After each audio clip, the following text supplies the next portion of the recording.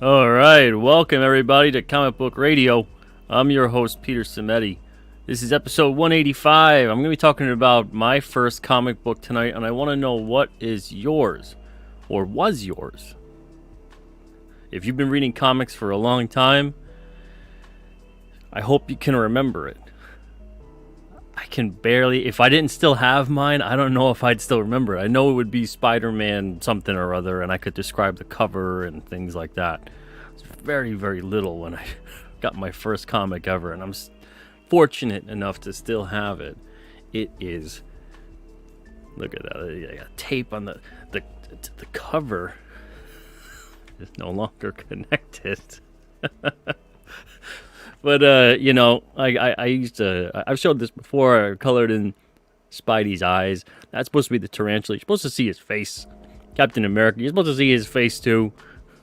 You know, I had some fun. I guess you could say this is the first coloring work I've ever done on a comic. And it continues for the most part, even a little bit in the comic. But, my mom wrote my name on it. I used to take it to school. Okay, so I still have it.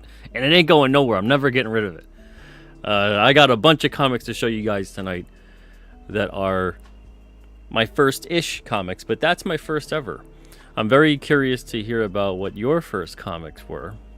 I'm going to get to that in just a second. Now, before I do start and before I say hello to you guys, you might have seen an image in the beginning of the show. It's King Cryptid on the left, Chiron Morvell on the right, or switch it up because of the way the camera works.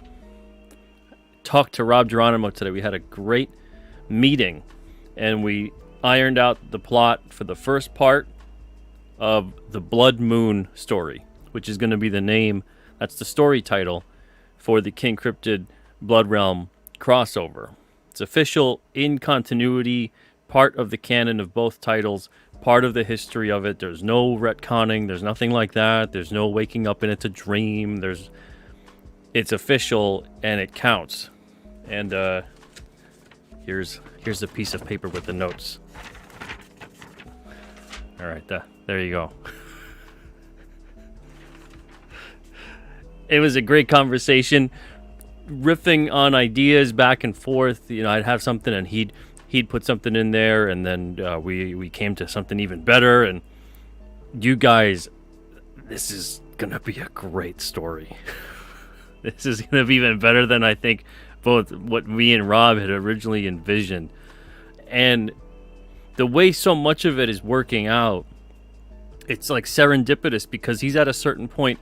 Now, for those that are wondering, in the series of events, the story would take place after King Cryptid number 9 and would take place after Blood Realm 18, and we'll reference that in the beginning on the first page of the book. But it's serendipitous because of the fact that there's so many things that I discuss from 1 to 9 in the course of events of the book, and are laid out and are developed with the characters in the world. And there's certain things that King Cryptid has to go through later on. There's a bunch of different things where he confronts them, and we discover more about King Cryptid in this Blood Realm King Cryptid crossover. And then there's a bunch of things too with Rob's characters in his world that he had to tell first before we got to this. And there's certain characters and there's certain things that happen with both of the main characters, Chiron Morvell and King Cryptid. But the worlds that they're in, especially Mordrin and how it goes, and that's the Blood Realm world, there are things that happen up till issue 18 that we couldn't tell this story without these events playing out, and it worked out perfectly. And it sets up a lot of what's to come too. So we ironed out the first part. We're going to get to the second part probably in about a week or two, but I'm going to get this the scripted out and then sent off to Keir. And then Keir Covington, he's going to be doing the art for the first 5 pages, so we can have those ready to show for the campaign in July. Christian Rossi's going to color the first 3. Then Rob Geronimo's going to color this epic splash page of pages 4 and 5. When King Cryptid, the portal opens up and he's dropped through this huge fight that's going on between Chiron and the Iron Wolves with against the mages. And man, it's going to be incredible. Going to be incredible. I'm so excited. Rob is so excited. So just had to share that with you guys. But okay, now I can say hello. So we got Grape Nuka-Cola here. What's up, Grape Nuka-Cola? Hope you're doing good. Says the Archie Sonic comics for me. My grandma got me issues 0 to 5 at a flea market. Oh, man. That sounds cool. Sark. What's up, Sark? Says first book was Gladstone, Uncle Scrooge number 210. First Marvel book was Punisher number 54. Very nice. Yeah, it's always cool when you can remember it. Do you still have those books, Sark? Grape Nuka-Cola. Do you guys still have your first comics? And also, I got the link pinned to the top of the chat. So if you guys do want to join the show, you want to talk about your first comics with me, we can walk down memory lane tonight. It'll be about an hour or so on the show tonight. Ronan says X-Men. Do you remember what X-Men specifically? Like what issue or what series, or what was even going on? What maybe the cover looked like or anything like that? Creators Outlet, Detective 447 from the Glorious Bronze Age. Batman on the cover in the Gotham Zoo with lions and the creeper kicking his butt. Oh, I remember that cover. And that's a good cover. I never read the story. But man, that era of Detective Comics is... It's like you can't go wrong. I got a couple of them from that era. I got one great issue with the Joker in particular that I really loved when I was a kid. Metatron's Cube says my first was some DC Giant in the 80s. Man, those DC Giants in the 80s, they were great. They were great. Metatron's Cube, the first with any impact was X-Men number 1. Oh, the Jim Lee Claremont. I remember my first one that just like it blew my mind when I saw it. I was lucky enough to get it. Like Toys R Us had a pack of comics, and X-Men number 1 was on the front of that pack. And I don't know how many comics came in it. At least 5. But that just, I had to have it. I was like a little kid. I spent like my Jeffrey money. Remember Jeffrey money at Toys R Us? And I still have that issue. I'm not going to show it tonight because, I mean, you guys all know what they look like. But it was the one with Cyclops with Wolverine. That just, I studied that comic. Redrew so many panels. It was, what a time to be alive. Micra says, my first comic was a reprint of a dozen or so issues of Teen Titans. It was in black and white and about the size of a current manga. Bought it at Albertsons when I was about 5. Oh, man. I love it. Everyone's got all these different first comics, you know. It's amazing to see. And I just love hearing about these stories, about people discovering their first comics. So a lot of the time, that's a question I ask when guests are on the show. I'm always curious, you know, how'd you get into comics? Not even as a creator, but specifically as a reader. What was it? And if you can remember specifically which comic, even better. Hey, Sark, how's it going with the... you got the double exclamation points there. Jefferson Roswell, Uncanny X-Men 243. Ooh, okay. Man, I have 243. What the heck is on that cover? Can't remember specifically, but I have it. Good issue. Just can't remember specifically. That era of X-Men. X-Men like I could say, yeah, like 200 to maybe even 300, honestly. I was big, and there's 304, I think, was Fatal Attractions. But that whole span was one of those ones that I was like, I gotta get every one. I got almost every one in my collection for them, but I've sold a bunch over the years, so they've been broken up. I've grown less attached to these kinds of things. I'm more attached to like my tattered and torn, destroyed copies from when I was a kid at this point. than the copies I was buying for my collection. You know, you read them, you're done with them, you put them in the bag and board, and then that's kind of it. And yeah, I remember X-Men 243. That's a good issue. Blake Powell, what's up? Says, hey, Pete and everyone. Hey, Blake. Says, Amazing Spider-Man 146 from a spinner rack. Man, that's a good time frame, too, for Amazing Spider-Man. Good stuff. Brian Blevins, what's up, Brian? Says, Darkhawk #1. Really? Darkhawk #1? For real? Yeah, I loved Darkhawk and Sleepwalker when I was a kid. Thought they were so cool. Especially Sleepwalker. I really dug just the concept of that character and the look. I always felt like they could have done a lot more with both characters. You know, that was the kind of thing that when I was a kid, it was like, oh, I'd love to maybe work on those one day when I was an adult. And things have changed. But Darkhawk #1, very nice. Spicer McLeroy says, what's going on, Warriors? Have a great show. Hey, Spicer. We got Blake Powell saying hello to Sark. Hey, Doc, hope you're doing good. Oh, okay. You know, now's a good time, actually, because I forgot last night. I forgot to gift the last 5 memberships for this month that I have. So I'm going to gift them right now. We got a good amount, kind of, you know, it's 10 o'clock on a Saturday, and the regular crowd has rushed in. So let's gift some memberships. All right, so 5 memberships have been gifted. We'll see who's here and who gets them. Hey, what's up, Paul? It's a Superman 423. Grandpa bought it for me at a supermarket when I was a wee boy. Superman 423. That sounds so familiar.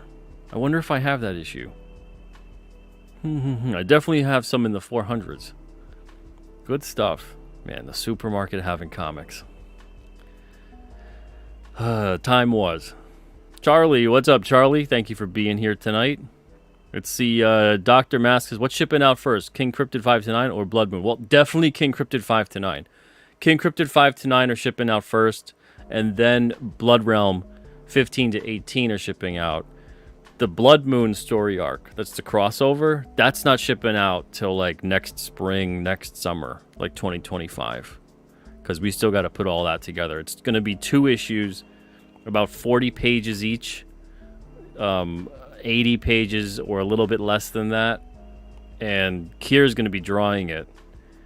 And we're going to offer up a limited amount of trade paperbacks as well during the course of that campaign that launches in July. So you can get either both issues, or you can get the trade paperback, or you could get both if you want the issues and if you want the trade. But definitely you'll have those issues that are important to follow into. You don't have to have read them, but it's important. It'll add more context, but it's not going to be confusing or anything. It's actually going to be a really good spot for people to jump into and get familiarized with both King Cryptid and Chiron Morvel and Blood Realm and all that stuff too. Abo Grizzly, what's up, Abo? Hope you're doing good. Arthur, what's up, Arthur? Says Uncanny X-Men 275 from the local grocery store. Still have it. That's a good issue. Man. That's a Jim Lee issue, right? Pretty sure. Is that the one with Wolverine and Gambit on the cover? I don't think so.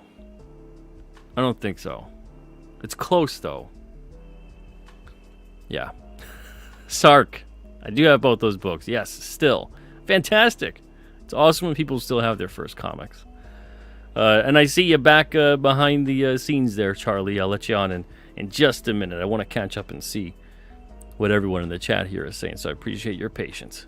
I don't remember my first exactly. Sneaking suspicion it was Spider-Man. Seems I have always had comics around. Everything from Archie and Richie Rich to Batman and even Charlton Sci-Fi. Nice. Micro says, I remember those packs. They were in hard plastic. Oh, yeah, the ones at Toys R Us, yeah. I bought my first, it was kind of like a clamshell sort of, not like a clamshell, but you know what I mean, where it was enclosed and you kind of had to almost take like scissors or a box cutter to get them out. You didn't see the ones in the middle. Usually the cool looking one was on the front. But at that point in time, even the ones in the middle were great. Micro says, I bought my first Batman comics from those. I remember the cover of the top issue was Jason Todd stealing the Batmobile's wheels. Very nice. Gerald Lang, what's up, Gerald? It says, Mr. Miracle, issue 25 from September 78.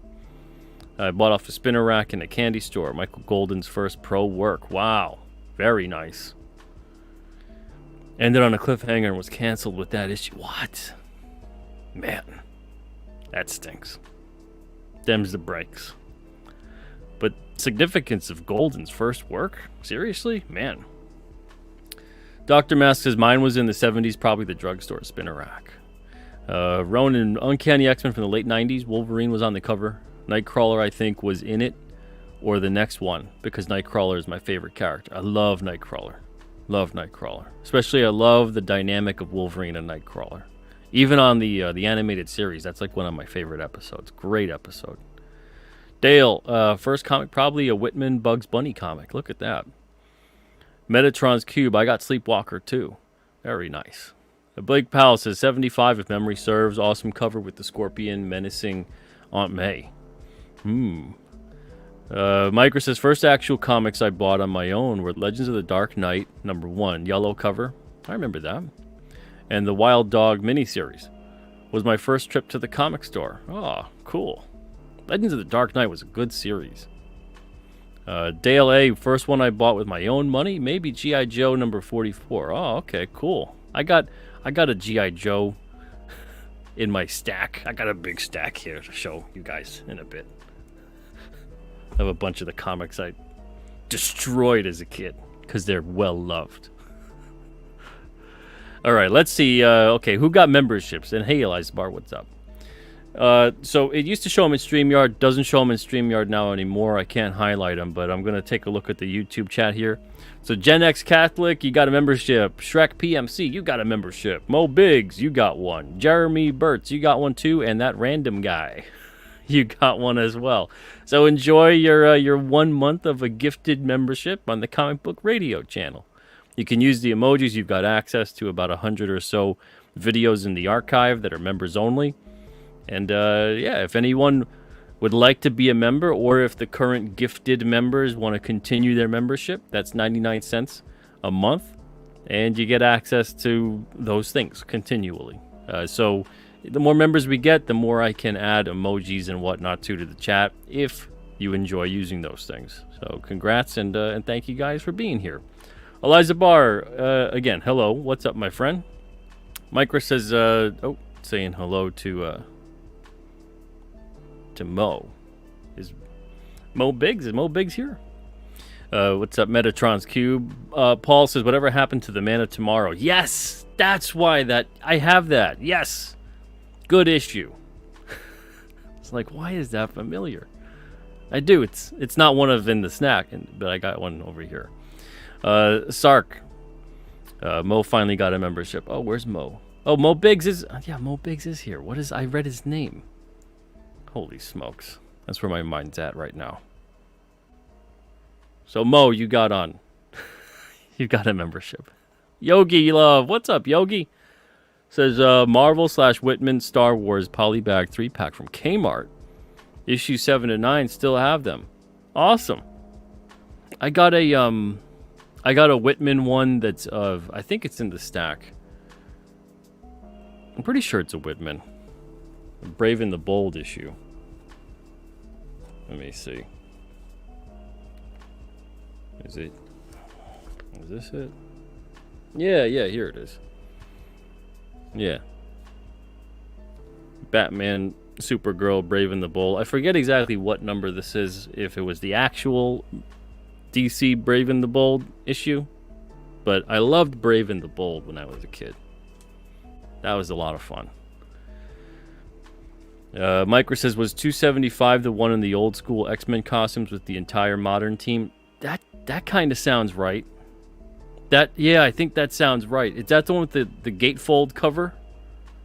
Because I was thinking, I was like, no, it's not the Gambit Wolverine one. The 275, I'm pretty sure, was the cover that came out, and it was kind of a wraparound with the extra part there, the fold out. Yeah, there you go. Thank you very much. Eliza Barr, the first comic I remember was one of my brothers, a Treasury-sized Battlestar Galactica comic. It's in my closet. The first comic I remember buying was a Web of Spider-Man with Tombstone in it. Man, very nice. Let's see, yeah, that cover. Yeah, they're all kind of in like the yellow and blue costumes. And then there's sort of like a collage scene in the background. Like I think Gladiator's in the background and Deathbird and Lalandra. I'm pretty sure. Paul Riley says, out with family, friends, can't listen live. Just wanted to comment. Love that Sal Buscema art for the thumbnail. Sal's my favorite Spider-Man artist. Yeah, I love Sal Buscema's art. I don't know, man. It's like I got it. This was my first comic. And it just popped. For the longest time, too, because I got it so young. I probably had that comic when I was like 3 or 4. Probably closer to 3, because my mom had picked it up at like a convenience store that she worked near at the time. And I had thought for like 2 or 3 years that Captain America was a bad guy, because I couldn't read. And he's punching out Spider-Man. You know, something intrinsically in my mind said that this guy was a good guy, and that these guys were bad guys, you know? And so I felt like he was a bad guy, because he seemed like he'd be a bad guy. You know, I didn't know who he was at the time as Tarantula. But when I was a little kid, it was up until like maybe 5 years old, that was burned in my mind, that Spider-Man was getting beat up by Captain America, so Captain America must have been a bad guy. Dr. Mask says, I got Death's Head in those hard plastic holders, the ones from Toys R Us. Very nice. Golden Tree TV, my first comic I bought with my own money was Calvin and Hobbes in 2nd grade. Wow. Rick Joseph says, I can't remember my first comic. However, the first comic I ever purchased with my own money was Black Panther #3, followed by Avengers vs. X-Men #3. Oh, very nice. I got Avengers vs. X-Men #3 in a stack behind me. Micro says, probably too young for it. The second storyline of Legends for the Dark Knight was about... Yeah. It was a hard-hitting series. It was a good series, though. Toad says, as a wee little lad, probably Ghostly Tales from Charlton Comics, and later Micronauts and Shogun Warriors from Marvel. Oh, that's good stuff. 40% Zed says, when I was little, I loved the Transformers. Then one day, my father came home from the newsstand with his weekend paper and Transformers #5. Very nice. Transformers #5, is that the one with the MD Bright cover? MD Bright passed away. Like, what, a week ago maybe? A couple days ago? Something like that? Is that the one with that cover? Can't remember. But that was... I loved that series when I was a kid. The Transformers... I only had like maybe 3 or 4 issues, but... And they've since... They're gone at this point. But that was fun. First comic I bought was Marvel Comics Presents 86, the first full appearance of Cyber. Oh, I remember Cyber. Didn't Cyber have like adamantium skin or something like that? Wolverine villain. Jeff Kimbler, what's up, Jeff? Says probably Devil Dinosaur from Kirby. Oh, very nice. Very nice. Micra says, I love those books, 40% Zed. Let's see. Kelraiser says, my first comics bought myself were Amazing Spider-Man 129 and Werewolf by Night 13 from my local drugstore. Ooh, good pickups. Yeah, Brave and the Bold, Aparo was awesome. Yeah, I love Jim Aparo, Batman. Man. Right up there with, to me, with Jose Luis Garcia Lopez in terms of what I think of when I think of DC art. Hey, Yan Zhao, hope you're doing well. Thank you for being here tonight. And let's see. Just got a couple more people. Charlie, thank you so much for being patient back there. Micro says, does anyone remember Dial H for Hero? I used to buy that every month as a little kid. I submitted so many hero ideas to them. I remember Dial H for Hero. Yeah, that was a fun comic. Absolutely. Yan Zhao says, the first one I bought was G.I. Joe number 42. Wow. So we got someone, I think, 44, someone had said. I think it was Dale. Said 44, and Yan Zhao's got 42. Metatron's Cube, I remember having Richie Rich, Casper, and Donald Duck, and Scrooge, too, when real young. Very nice. Those were fun. Those were fun. Liza Barr says, Captain America is the worst. To me, he was for about 2 years. I saw Captain America a couple times, like, he's a bad guy. You know. Until, like, and then my next exposure of Captain America, other than, like, a Spider-Man and His Amazing Friends episode, was a comic that I got, was like a Say No to Drugs comic. And then I was like, oh, I guess Captain America's not a bad guy. He wants me to say no to drugs. And then from there, it was like, Captain America trading cards, Captain America. And I always thought it was so weird. I'm like, why is this guy a bad guy? It's a misunderstanding. Ross Wolf, I literally can't remember the first comic I read. I just always was reading them, from newspaper funnies to my brother's comic books. Well, there you go. Let's see, Doc says I still buy Charlton horror comics. Yeah, that's pretty good. Liza Barr says, yeah, he passed away either Sunday or Monday, I think. It's a bit overshadowed by the Ed Piskor news. Yeah. Comics for life. For me, as far as I remember, it was Captain America comic from the mid to late 70s. I think it had him battling Batroc and or The Sword Man by Kirby. Yeah, very nice. Micra says that was Sam Keith's run on Wolverine. Was that on the Marvel Comics Presents? Yeah, absolutely. When Cyber was introduced? 100%. Let's see. Yeah, Zeno says, yeah, Sam Keith inked, pencil, did art for it. Jeremy, what's up, Jeremy? Deal says, Batman 492 was my first comic. I still have it as well. Awesome. I love when people still have their first comics.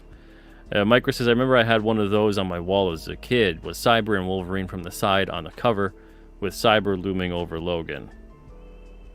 Let's see here. Dr. Mask says, Adventure Comics had Dial H for hero, John...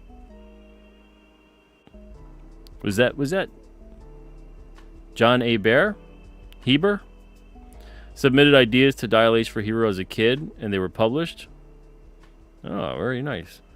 Movie World Comics says, my first comic books were some Bronze Age Legion of Superheroes issue from a used bookstore, 241 and 242. Very nice. Man.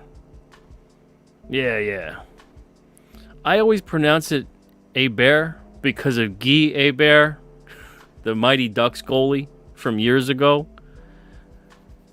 But maybe it's Hebert.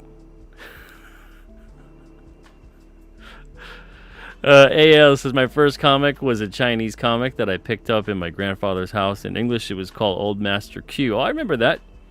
Chinese was called Lao Fu Zi. Death Metal Hero, what's up? Says, what up, Pete? What up, chat? What up, Death Metal Hero? How's it going, Luke? All right, so Charlie's waited long enough.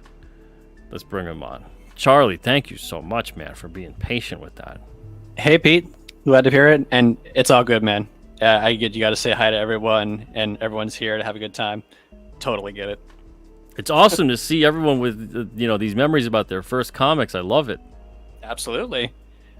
Geez. So, it's nice to be listening to you again because kind of been going through a rough spot, but getting back to it. Oh, I'm sorry to hear that, man. I hope everything's not too serious. I hope you're doing good. I'm doing actually better, and I'm getting back to creating, and fantastic. Part of that's listening to your show again. So I appreciate what you're doing. Oh, glad to hear it, man, and I'm glad to hear things are getting better. That's the way. That's the way. So what's on your mind tonight? So for my first comic, it's technically a manga. So I know not everyone reads manga. That's fine, but this technically counts as a comic. The first comic is the first volume of Yu Yu Hakusho, which okay. For anyone who doesn't know, it's about a delinquent in I believe it was early 90s, late 80s Japan. And it's just like this kid who is in high school. He's flunking. He just seems like a punk. Like he can't really make any friends. He only has the one, and she's doesn't really get along with him. And so he's made out to be like, just this jerk. But then you'll see his home life, and it's just like his single mom who's getting drunk a lot of the time because the father left at some point, and they don't have a lot of prospects in life.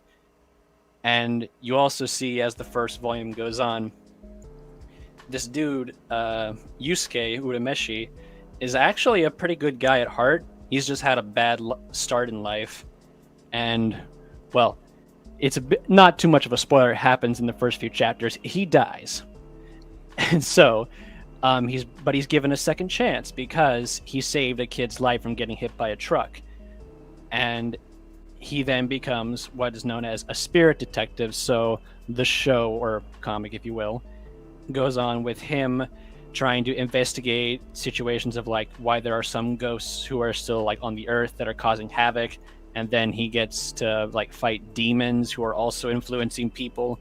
It's just really cool how it plays with like, again, late 80s early 90s Japan normal life, and also the spirit world. It's, oh man, it's so fantastic. Yeah, I never read the manga, but I love the anime. I saw it on Toonami a lot Yeah, when they had it same. then. It was great.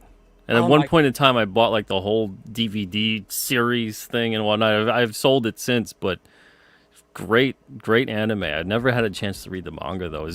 Does it really follow like closely? uh it kind of does. There are some like little instances where the anime kind of deviates because the issue is like the mangaka, he made a bunch of little extra bits that in the anime they just couldn't fit in the runtime because hey, what are you gonna do, anime industry at Yeah. the time. But the anime still keeps to the heart of the manga, and man, I gotta go through it again because like just hearing you talk about the first comic, I have to go through it again. That was just so influential to me as a person, That's like awesome. especially the point where he's learned. I don't remember the little dude's name, but like the little spirit creature he gets given, where it's like you have to learn how to care for this thing, and it's like Yusuke's just like, I can't do it. I don't know how because it's weak. And at one point, this thing is sticking with him, despite that Yusuke is suffering in his training, and he learns to care for that little guy. And man, I'm just tearing. I'm just thinking about it, like how crazy that was. I'm just like, that's the Yeah, kind of stuff we need. it was a great story. I remember what that was on with the what Rurouni Kenshin, I think, Yep. and there was a couple other really good stuff. A couple other great anime that was going on at that point in time. But Mm-hmm. that was, yeah, that was my biggest kind of experience with it. And I really love the show. I haven't seen the show in years though. Man, I gotta revisit that now too. I did too, because I hate to say it, but I don't remember a lot of the latter like halfway through the show. I don't remember a lot of what happens later on, which sucks. But thank you, Ale, in the chat. His name is Pooh. It was close in my head, but I wasn't sure. But yeah, I gotta Yeah, go through it again, man. What a great show, great manga. Oh, totally. Yeah, absolutely. I'm constantly, I'm either revisiting the stuff I really loved and just seeing it again. Some stuff doesn't hold up as much as I loved it before, but a lot of it I'm always surprised that I find anyway that it does. And if anything, I get something extra out of it at this point of my life than when I was a kid. hmm That it's layered with different themes, humor, and things like that that kind of went over my head as a kid, but now as an adult, seeing it, especially the way certain stories would be layered and told, very engaging and just solid storytelling compared to a lot of the stuff going on today. So then, other than revisiting that kind of stuff, I'm also diving into other stuff that I didn't get a chance to see. So, everyone that's like, oh, everything is so bad today, I tell you, go back and there's, if it's old and you haven't seen it, it's new to you. So go back and deep dive and get exactly. lost in it, whether it's movies, music, comics, books, whatever. There's tons of stuff. hmm God, Oh, yeah, Ronin Warriors. Yeah, I remember that. Ronin Warrior. That's one I never got into when I was young, but I kind of want to. I've heard good things about it. I want to go back and watch it too. Rurouni Kenshin though was sorry, AL brought it up in the chat, but also Rurouni Kenshin was a great show in its own right. Yeah. Oh man, I might have to go back with that one too. Just yeah, a lot of stuff is kind of trash, we could say nowadays, but there's good stuff. Don't get me wrong, there's good stuff Oh, coming yeah, out, yeah. but Totally. there's just And an everything excess. back then wasn't just great either. No. You Oh know, my God. No. but it feels like the ratio Yeah, the has been ratio is way reversed. You different. know, it's like 80-20, and now it's like 20-80. Hmm. But like anyone who sees how like there's a lot of trash nowadays, it's like you just said, go back and look at old stuff that you haven't. It's new to you. It's you can just experience it and just be like, man, they were really cooking with something back then. It's just crazy the kind of good content you could find, man. Oh yeah, yeah. There was so much heart to it. Yeah. Oh, and something else, like specifically, like my own experience, Yu Yu Hakusho, that moment with Pooh, like, just think about it. Kids and teenagers watch that, and it's like, that's such an important lesson that you could teach. Like, even adults can be like, man, that's huge. But kids, it's just like, that's stuck in the back of their head, and it's like, that's so insane to think about that they pulled that off so without preaching about it. Yeah, yeah. Oh, man. Because they went right for the kind of core universal themes, but you can tell that story using that theme in a million different ways. And that's the thing that ends up resonating and sticking with you, as opposed to a lot of the stuff that seems like there's so much emphasis sometimes on messaging or I hate to say it like this, but maybe like originality, where they feel like, oh, that hasn't really been done before. And then you force a story point or a character or a personality or a message or whatever it may be, thinking that, okay, well, that makes it unique or something like that. But you really have to have a nice balance and understanding of those developments within the story, within the characters, and how that will resonate for not just the story, but will resonate to the viewer, the audience, the reader, whatever it may be. And they seem to have more of, I don't know, maybe their finger on the pulse of that kind of stuff. And I don't know if there was how it was exacting with the standards, but it feels anyway like there was a lot of carrying the torch and kind of getting things from the people who were at the top of their game as creators, and then they became overseers and developing and editing and whatever it may be. Kind of like the way it happens in sports, where you get like these coaches who were players and so on and so forth, and then that kind of system grows. But then all of a sudden, it felt like it started to become people who you were either in an adjacent industry or you were just coming into this one because you were platforming to go somewhere else, and or you were hired there because the corporation all of a sudden wanted to have a message or a point or a this or a that. And then things started getting forced with it. And it wasn't just about, well, is this a great entertaining story? Does this have heart? Does this make sense? Is this going to make people feel something? You know, and it turned from that into something else. I can't pinpoint the exact year when a lot of that happened. It seems like it's a transitional thing that occurred, but it feels like that's kind of the way things started going. Because even stuff that's aimed at kids, I don't think they would ever have aimed, like if Batman the Animated Series came out today, I don't think that ever would have been considered something that would have been okay and aimed at for kids. It's way too thematically intense. Yeah, it really was. Yeah. Whereas compared to a lot of the stuff now that's aimed at kids, feels like it's safer. It's junk food for your brain and for your heart and for your soul. Yeah. and it's okay to have some of that, you know, Sure. like junk food in your diet every now and then. You know, you get a guilty pleasure, you have some junk food, whatever it may be. But largely, you need to be subsisting on a healthy diet, whether that is through story, through food, whatever it is. You know, nourish the soul and the mind, and it's important stuff. And to see that kind of fall to the wayside, it's so sad. It is. I think a lot of it, because I don't know the year that we could like potentially narrow down either, but the biggest thing, I think the reason for it being is it kind of became corporatized. A lot of it Yes. became more mainstream, In the which worst way of the yeah, word possible. yeah, and like I want to make sure that clear.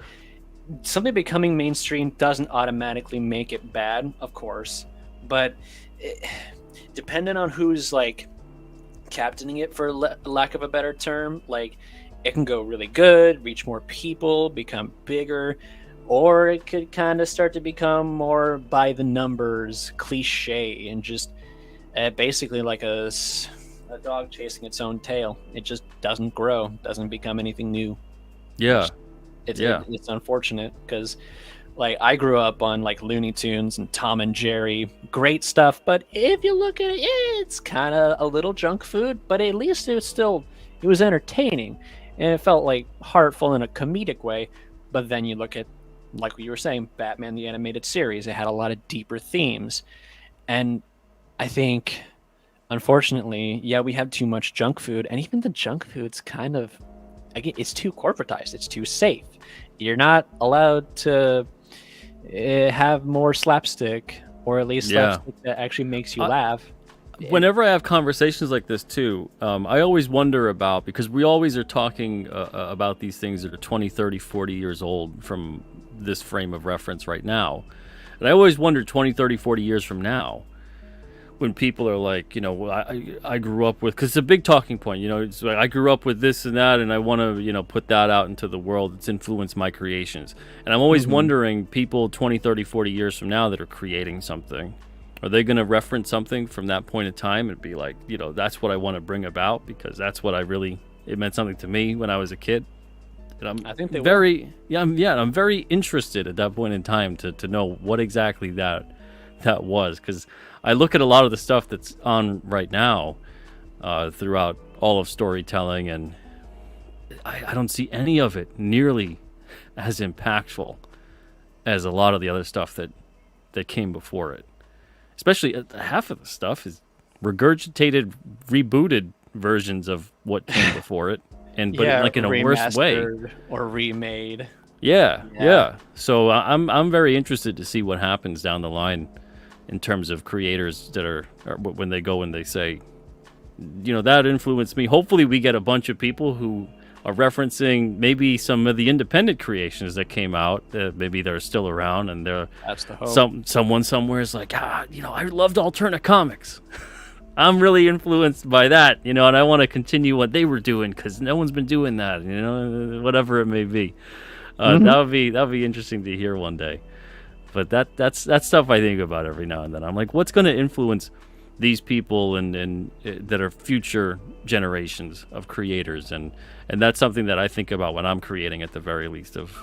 I want someone to be able to pick up one of our stories that we make here at Alterna, and maybe they'll go on years from now to be a comic creator, and they can or were inspired to create because of something they read that we had made. So we'll see. We'll see. Hey man, I hope it does. And that's kind of what I'm thinking with my own story. It's like I'm trying I try to make sure I don't let my head get too big, but I'm also thinking like someone's going to read this someday, and I hope they can see like that kind of passing of the torch of like human creativity, because like Yeah. I think as a species we just have that inherently. It's not, it's sometimes it's big for some people, sometimes it's small, but it's always there. And I just hope that like future generations can still find that in their own way just as much as we did back in the day, when there was a lot more like good stuff, like stuff that came from the heart rather than a Yeah. lot of this copy paste stuff. That's why it's so important for everybody who's creating right now, really get to the heart of your stories, and make sure you don't let your finger off that button. Mm-hmm. You want people to feel something, get impacted by it, and hopefully you're creating something that inspires and enriches their lives. And you never know, good stuff comes when you do that. So let's hopefully we can keep on doing that. But Charlie, thank you so much, man. I'm gonna let someone else come on the show. It's Of been course. waiting for a bit, but always good talking to you, and I'm glad to hear that things are on the upswing for you. Keep it up. Thank you very much, man, and have a good one. You And too. looking forward to new King Cryptid. Oh, me too, man. Me too. I wish I Yeah, could just buddy. get them out every single day. I got enough Yeah. stories. They're all in here. I got to That's why I'm saying like 2 years from now a goal of mine is to get double the amount of issues out per year cuz I just Mm-hmm. can't keep them all in my head. They're torturing me. But I'm looking forward to reading them. But anyways, thank you very much, man. thank you, Have a good Charlie. one. You too. Take it Yeah. easy. All right. We got Madison here. What's up, Madison? Hey, how's it going, Pete? Whoa, whoa. Whoa. Let Are me. you in a very empty room? I am. Hold on. All right. Make sure I don't think. Do you have a dedicated microphone? I do. Yeah. Okay. Make sure your settings. You're sounding like the voice of God right now. Make sure that your settings have your audio with your mic being picked up. Let me see. I don't remember you sounding so godlike the last time that you were on the show. It's like just you're filling the space between my ears. One moment. I've ascended, Pete. Let's try.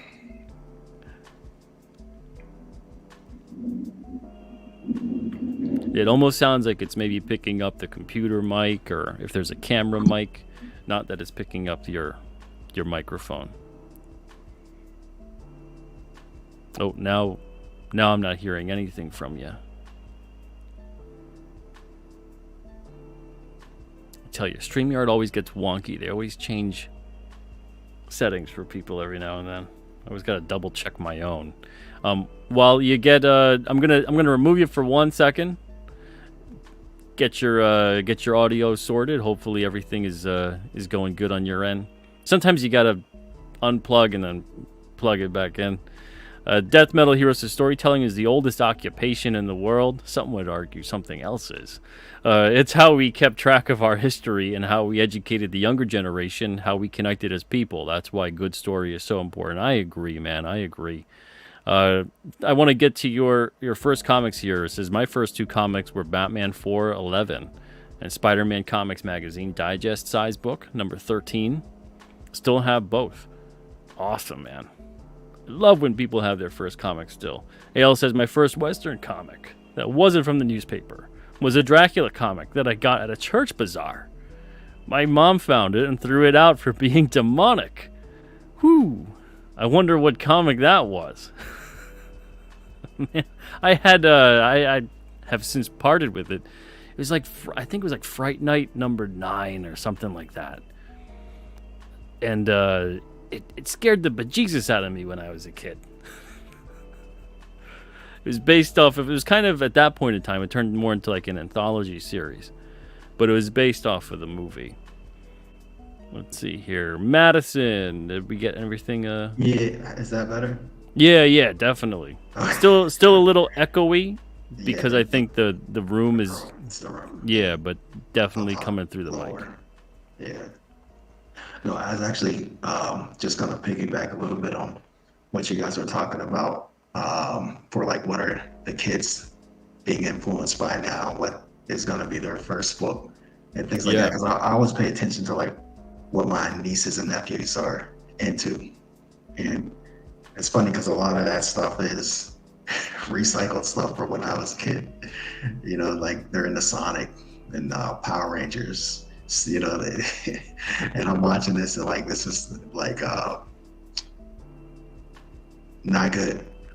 But I remember being a kid watching Power Rangers, and there was an adult. I went to a boarding school. The house parent, he could not understand why we watched that. He's like, what is this garbage? Power Rangers, admittedly, for me, it's one of those things I loved as a kid. I tried watching it and I was like, man, this is, you know. There's a number of things like that. But I guess like when I think about like my first comics weren't like although still, I do have to say, Power Rangers from back then, I still feel like it had a lot of heart. Oh, it definitely did. You know, you could feel it. Yeah, and everybody loved the Green Ranger.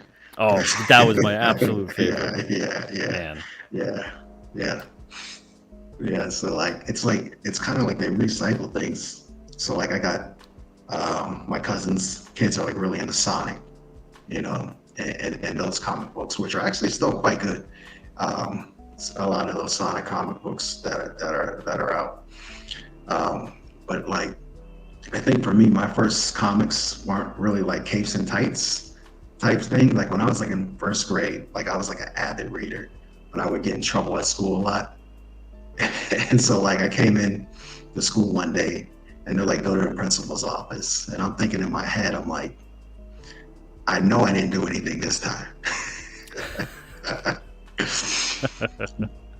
So I get to the principal's office, and really he just wanted me to read a book to him because they couldn't believe like how well I could read. And then he said they cleaned out a storage closet, and he just handed me this stack of Archies, like this huge stack of Oh, Archie no way. comics. And Wow. those were like the first comics that I read were Archies. It was like it had to be about 50 of them. And I would just read those things like at that time I would just read them like over again, like once I read through them. And then that's kind of when I went down that path of like I had mentioned in the chats, like Calvin and Hobbes and Heathcliff and like those things. And then I really didn't get into like the superhero comics until the cartoons started coming out when I was a kid, when they brought out the X-Men cartoon and the Spider-Man cartoon, the newer ones, not the older ones. Um, and then that's when I was like started really getting into kind of the superhero comics. Oh, okay. Yeah. So mostly I would read Spider-Man and the less popular Darkhawk. That was like that was like one of my favorite characters for whatever reason. From like He just looked really cool. yeah, yeah, yeah, That's the thing. Then, when I was a kid, I loved the way he looked, and I liked the name. The name sounded cool. And then later on, when I was reading more about his backstory and everything else, I always thought, wow, they didn't really. They should have dove a bit deeper into some of that. Really go full tilt yeah, sci-fi, ancient aliens kind of with a lot of it. They tried to make him too much. I thought like a street level hero. yeah. You know. Agreed. They didn't. Well, you could tell he was kind of a bit of an afterthought on Yeah. on the roster. So yes, like those were kind of like where I was getting into the capes and tights, and then I kind of got into manga because I had this game for my Game Boy called Fist of the North Star, and I had no clue like who are these characters in this game or anything. So I just was like, this is pre-internet, so it's like you can't Google like Fist of the North Star Yeah. Yeah. and get all the information. So like I would go It's to like the song lyrics back in the day. Remember that? It's like right, you didn't just have the internet to go and find all your song lyrics. right. He didn't have the internet for much of anything. And I remember I just go to the library and try to find this like Fist of the North Star. And of course, I would never be able to find it because it's a Japanese manga.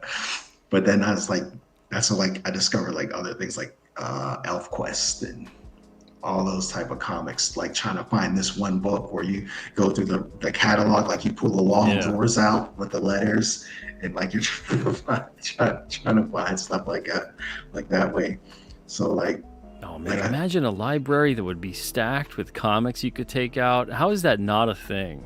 I know they're collectible, but they weren't at one point in time. right, Like, comics should have been to the nines at libraries.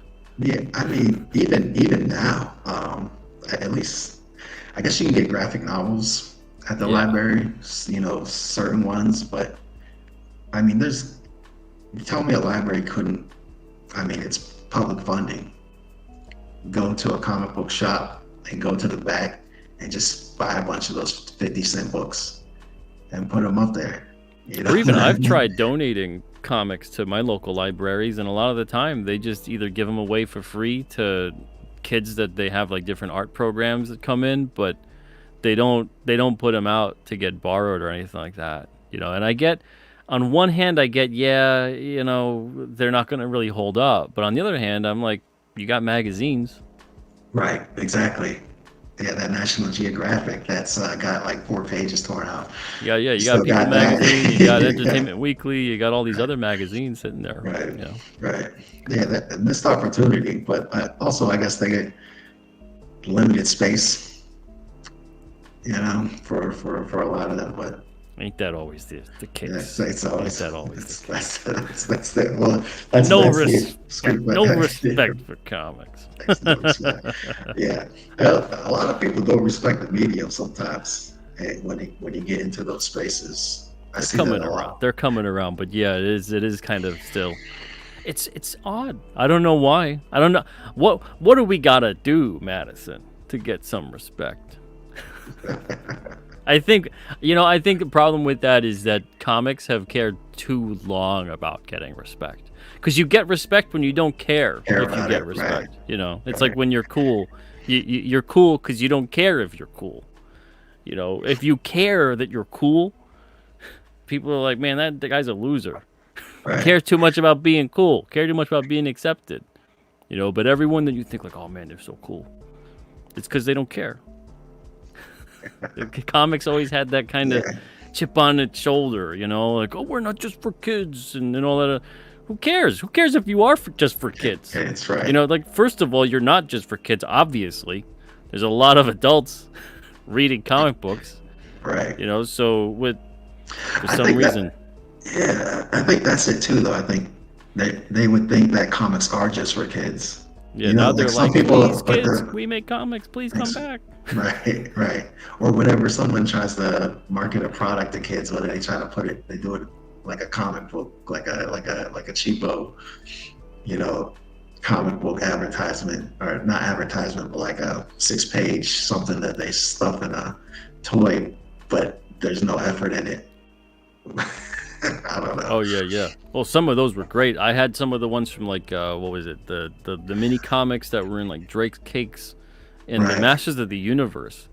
I think it was with the toys.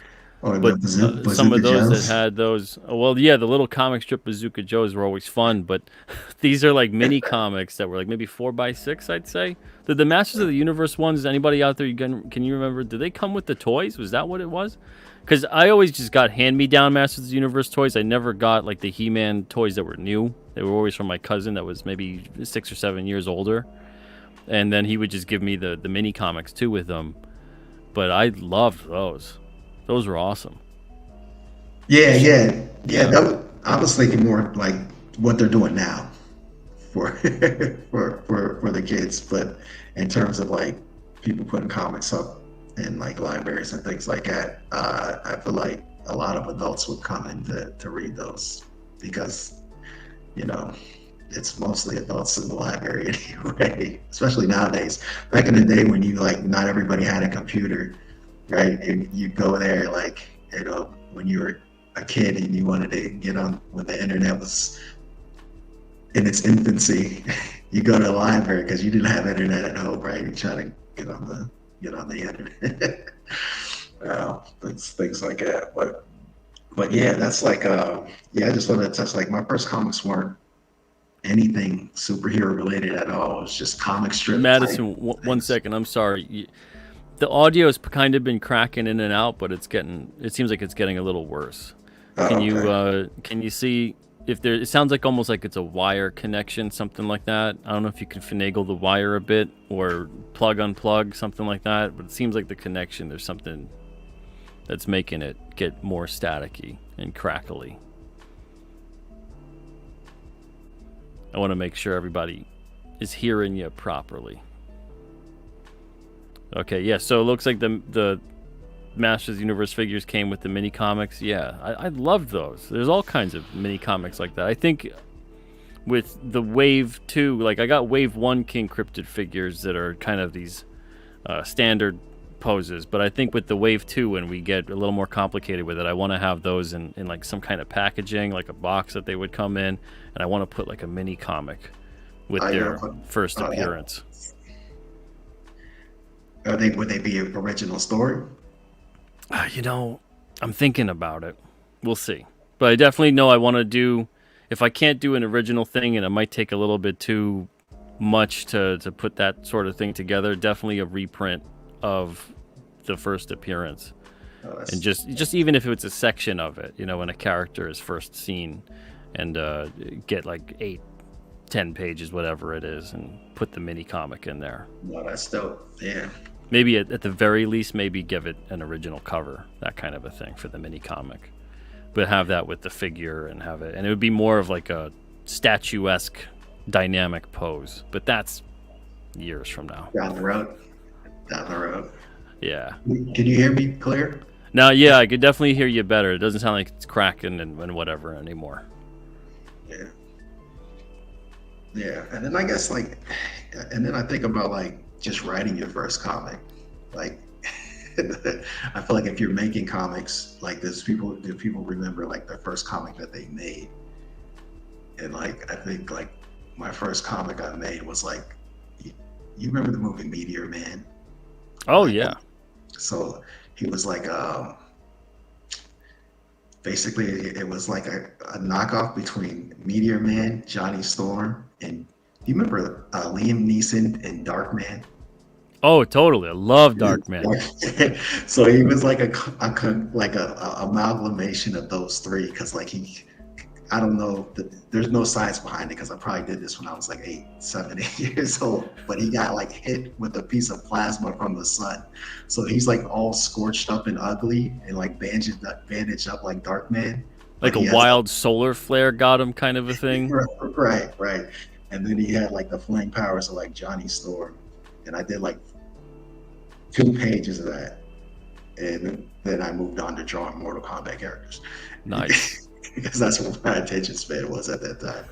But like that was like my first comic that I made would have been, and I never gave him a name or anything. I just like drew it up of him getting hit with this plasma and getting scorched. Oh man, that's sweet. Hey, it's a good origin story as any.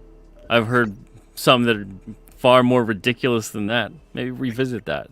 Try to patch it up, make it work. See if there's a way. Bring them back. Yeah, but yeah, that's all I got. I just wanted to touch base, because it's like thinking about your first comics and stuff. It's like really kind of it's so influential as far as like when you're an adult. Like even just looking back and thinking about all the stuff as a kid, and like how it informs the things you like to watch to be entertained.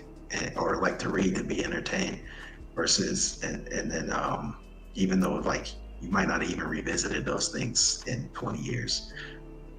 Oh yeah, it's you gotta have, at least for me, I would say this, I have to always have at least 1 foot back, remembering the things I love, the things that make me, and just being in that mindset when you're a kid.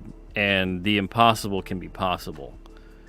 If you let yourself solidify and crystallize too much as an adult, and everything's like, no, that can't be, this can't be, this is impossible. Creatively, man, you just paint yourself into a corner. And then even your drive and your motivation nosedive from it. You gotta maintain that drive, and you can do anything that you had when you were a kid, even if you could just hold on to a little bit of it, it'll take you far. But yeah, this kind of stuff, I love it, because it brings people back in touch too with remembering what they love about this stuff, why, maybe if they're a creator, why they do what they do, and why it means so much, and keep that moving forward. Yeah, you can't get too bogged down when you're an adult with everything being so real. You still gotta kind of hold on. Everything starts with the imagination. Imagination is not just what you do when you're a kid and you pretend. Imagination is literally the thing that has given birth to every single thing you could possibly think of throughout the creation of all of history. Without imagination, we don't have anything. We just have the physical world in front of us, and we can't conceptualize anything past that. Right. What a boring, stupid world that is. And anytime somebody tells a story that's completely realistic, it's always bad, because nobody wants to live in the actual reality, right? Yeah.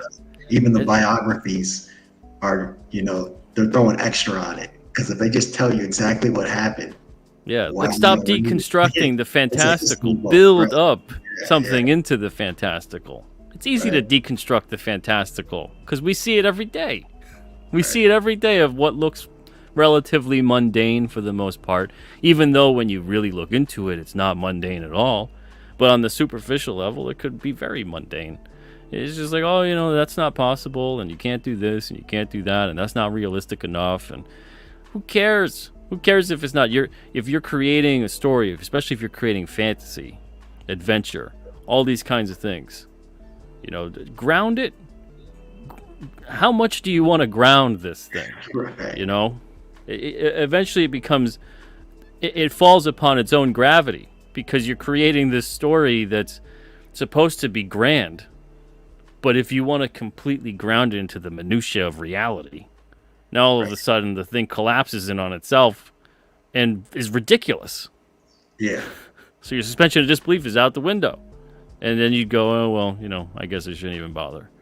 So keep building upon something. Make it more fantastical.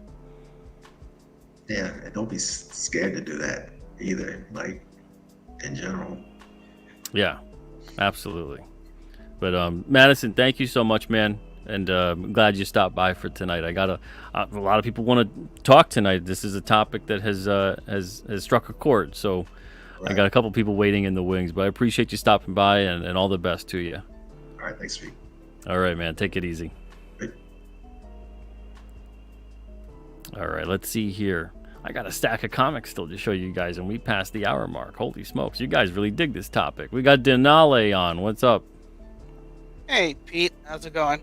Good. How are you? I'm doing good. What's on your mind tonight? Well, I saw that you were talking about First Comics, and I stopped by to chime in, say a few words, and, hang out. So, What was your first comic? Wolverine issue 76. Oh, okay. The yeah. one right after he gets the adamantium taken out, right? Right. That's basically the first comic I bought with my own money. So that's why I remember it most vividly.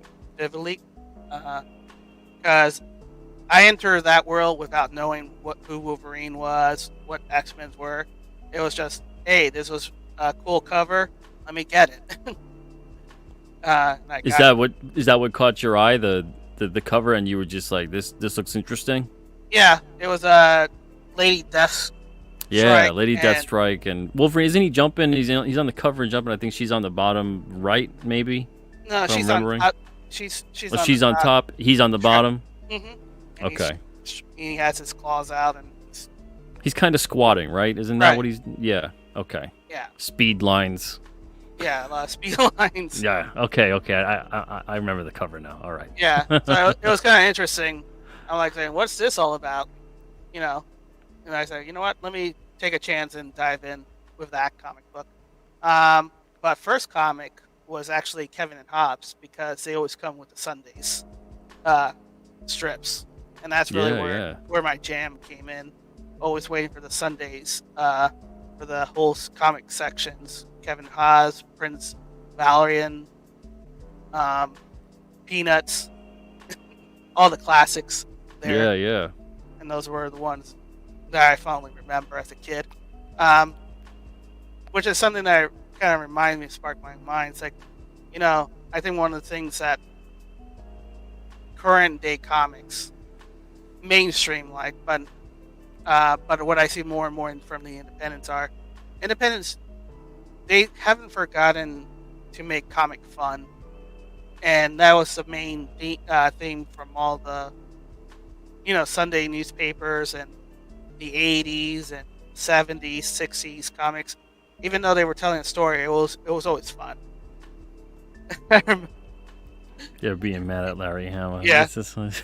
Yeah. So I remember as a kid when that happened with, and I agree to your point, when they took the adamantium out of Wolverine, I remember always thinking, you got this dude with a metal skeleton and metal claws, and you got this guy who's the biggest villain that they face, has powers of magnetism. I'm like, Yeah. when's this guy just gonna rip this guy to shreds? And then when they did it, I was like, oh no. You didn't want that. We were we I called a take bluff. it back. Yeah, I remember, and the claws were puny. They were like really thin, and he's Yeah. and his mutant factor was overspent. So he said it freaking hurts when he his claws came out. For a moment, I thought, man, this guy's so hardcore. He broke his knuckles to jut out his bones out just to scare away some bikers. Yeah, yeah, Kinda yeah. deal. The bone claws thing. What really upset me about the bone claws thing when I was a kid was, remember those Marvel Universe Series 2 cards, and they had certain things where you could see the schematics of certain things, Yeah. how they were made, and it also happened in the Marvel guidebook too. But in the Right. guidebook and in the card, he doesn't have bone claws. They're not bones that are laced with metal. It was literally implanted into him like Yeah, that. and that was And the then- thing. Yeah, That was, yeah. I thought that was, oh man, what a bad move. Because I thought it was cool to do that, take the adamantium out, and maybe have him clawless for a while. right. And, you know, Wolverine, but without the adamantium, and the stakes are now even higher for the guy because he's not as unstoppable. But when they did the bone claws thing, I was like, that's weird. And then he's got like, he turns more and more feral. He got like almost no nose going on. He's got like the do-rag thing happening Yeah, for, you know, a while, and he gets weirder and weirder. It's just, I don't a even lot. know. Yeah, very. I just wasn't animalistic. digging that, but yeah. No, I think they realized when the sales were going down. It's like, oh, we got to bring it back to. And then like classic Wolverine. Apocalypse giving back his adamantium or something like that. It's like Wolverine Right. 100, I think. Yeah, Made him like, because they realized they pushed the gimmick so far, yeah, and it kind of broke the sense of disbelief that he's going Vibarium and all those guys superpower, and he's hitting with claws that could snap. yeah. Which is, and death metal, you know, which is like, guys, the nose is cartilage. It's not bone. So even if the bone wasn't like laced with, he'd still have cartilage. Why did he lose his nose? His nose is pure adamantium. Like, that was so, I don't know. Yeah, his body needed the extra cartilage to repair his body. It's like, you don't need a nose. But I think, if I recall correctly, I think John Byrne showed the metal claws, metal bones, I mean, in Days of Future Past when he was doing that run as well. Oh, yeah. Yeah, So, you're right. So, I mean, with Marvel, there's always inconsistency with each team, creative team. So, you know, that's the only downside. So you don't know what you're getting. It's like, is Wolverine going to be Omega level this issue, or is he going to Well, be like? With the skeleton shot though, Yeah. of him in that, and sorry to turn this into like a Wolverine skeleton conversation, but with the skeleton of that, wasn't that it was still that his claws were intact, like he still had the adamantium skeleton, right? So it wasn't like he had a skeleton of bone at that point. So like you could still surmise that it was the implanted adamantium Yeah, claws. But yeah, you know, it is what it is. I mean, everybody has their flavor of the week, so to speak. Yeah, I've gotten mostly over it. Yeah, We got bigger fish to fry nowadays when it comes to Oh, all of yes. that. Oh, the days of when it was just, what happened to Wolverine's nose? yes. His arms disproportionately bigger than his rest of his bodies. This one panel. Yeah, exactly. Man, oh man. All right, well, True Believer says, I'll never get over it. You know, I understand. I mean, he is a true believer. He can't, by his nature, he can't get over it. Denali, you got anything else on your mind before we part ways? Yeah, I'm launching Kickstarter, Immortal Mask, the color graphic novel, 200 pages. I have 3 sizes, which is the hardcover, the paperback edition, and the pocket size Wow. edition. Yeah, they're all physical. They're all real. They're all done. basically. Oh, very nice. When are you Yeah. launching? Right now I'm shooting for May, but depending on how everything goes, I can push it back further until I get enough people to look at it and sign up. You see? All right, man. Awesome. Well, Yeah. all the best of luck to you with that launch. Absolutely. And And if anybody wants to check it out, I have the first 10 pages on my website, denali's.com. can you spell that? Yeah, it's DINALES.com. Okay. Denali's.com. Let me just put that on here. All right. It looks like you see it in the chat. Is that correct? Yep. Like that? Okay. Mhm. All right. There you go. Awesome. Oh, you put in the private chat too. Okay. Yeah. Sorry. Just saw that now. No problem. All right, man. Well, thank you for stopping by and for the conversation, and I wish you all the best, man. All right. You too. Thanks, Pete. Have a great night. Yeah, no problem. Let's see. We got Eliza Barr. What's up, Eliza Barr? Oh man, how do I sound? You sound good. Great. It has been ages since I actually used StreamYard for anything. I kind of gave up on it because it annoys me sometimes. Oh, well, But- here you are. The only reason I got on is I just wanted to show you that Battlestar Galactica comic because I still got it. It still got the stickers from the department store Oh, where it was man. purchased in like 1980. What store was that? Rose's Department Store in Louisville, Kentucky. Nice. Yeah, my mom bought this for my brother. I was not even born yet, I don't think, or maybe I was like 1 year old. This is super ancient. Man, I that's read the- this thing to death. Is that the adaptation when what was it? Lauren Green was on the series, Yeah, right? The very first series. yeah, exactly. It's the official comic adaptation of it. It's gigantic. It's man. treasury sized. Holy Hold on, I got a smokes. regular sized comic thing here. That is So- great. It is huge. So I have had this thing since I was a little kid. Man, this is the first comic book I remember reading, all the way back when I was like 4 in bunk beds. Good times. Weirdly, That's awesome, man. my local comic store, Graham Crackers here in Madison, they have one of these, and it has the Roses stickers on it. When I saw it, I did a double take. I'm like, "You're kidding me!" So I came home and I'm like, I didn't somehow get rid of this, did I? No, it was on the shelf in my closet where I kept it. So it really weird coincidence there. It's crazy. They must have been just clearing them out, and they were all stickered. Yeah, I imagine the orange sticker here is probably the clearance one because it's eye catching. Does it say the price on there? Can No, you see that? it's been rubbed off and worn off Ah. after 40 years, I guess, at this point. Man, that's always a trip when you see something stickered from all the way back then, and you're like, that was 75 cents. Yeah, like today, if you bought one of these, it'd probably be like $25. Oh my lord! Wow. Like, Well, if they made a it new looks like comic it's in book of great this shape. size. Oh yeah. Well, goodness. It's not in super great shape. If I start moving it around, you can see all the wrinkles in the cover from where I've read it too many times as a kid. Better shape than my Spidey 138. That's for sure. that cover is detached. That thing is on Oh. life support. I got a couple books like that from when I was a kid too. Yeah. Used to when you got this kind of stuff, you just loved it. And by loving it, I mean you just read it till it fell apart.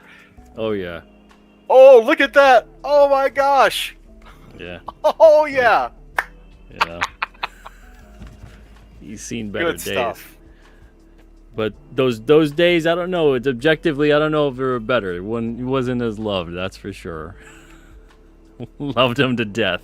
Almost. He's still around. But yeah, that cover, the staples, forget it. Gone. Yep. Long gone. But man, thank you for stopping by and sharing that with me, man. That's awesome. Yeah, I'm going to get out of here and make room for somebody else, or for you to show off that thick stack you keep teasing us with. Either way. Yeah, I'm not ending the show until I show it, and I got a couple people waiting in the wings. So once there's no one and there's a lull, I'll proceed. But thank you, right. Eliza Barr. Appreciate you stopping by, man. You take care, Mr. Samedi. Ciao. You too. Hey, True Believer, thanks for the $2. Says, that's what a comic book is supposed to look like. Well loved. Read beyond belief. Colored. It's I got a couple. You know, this was my other Spidey comic I had as a kid. I treated this one a little better. The cover's attached, but the back, I don't know what the heck I was doing there. I was greatly offended by this business reply label to cut that thing out. I'm surprised it's not just cut out, but I colored all over that thing. But this was a great issue, too. Hey, look, it's Madam Web. That's what Madam Web looks like. But this was fun. And this is Spidey, what is this, 229. Amazing Spider-Man. The other one was Spectacular Spider-Man 138. The Juggernaut. That was the first time I saw Juggernaut. All right, up next we got Jason. What's up, Jason? How you doing, man? It's me. What's up, man? Hey, what's on your mind tonight?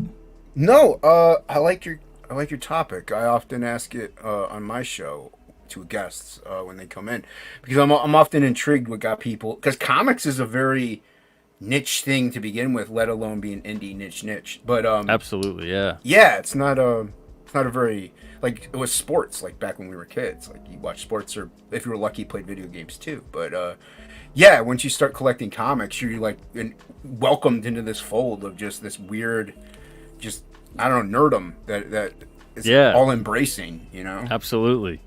Yeah, mine was, I do remember it. I don't know if I still have it because it, like your Spider-Man, it was, the cover was falling off, torn to pieces. I did rebuy it though. It's Thor 411. Was mine. Okay. Yeah, with Ron Frenz drew it and has the first appearance of the New Warriors. And we actually got it because they were handing out comic books at a grocery store. For like every $25 you spent, you got a free comic book. Oh my Lord. Yeah, it was pretty cool, man. I was, That's awesome. And that was the issue that I got. So like my I had two brothers with me, and they got one got, I think, the first Silvestri or Jim Lee X-Men issue, and then my other brother got a Spider-Man comic. So like that was our introduction, but then that also was kind of like, that's what we're gonna collect. Like, my one brother got all the X books when he was growing up, and the Punisher, like all those grittier, like darker stuff.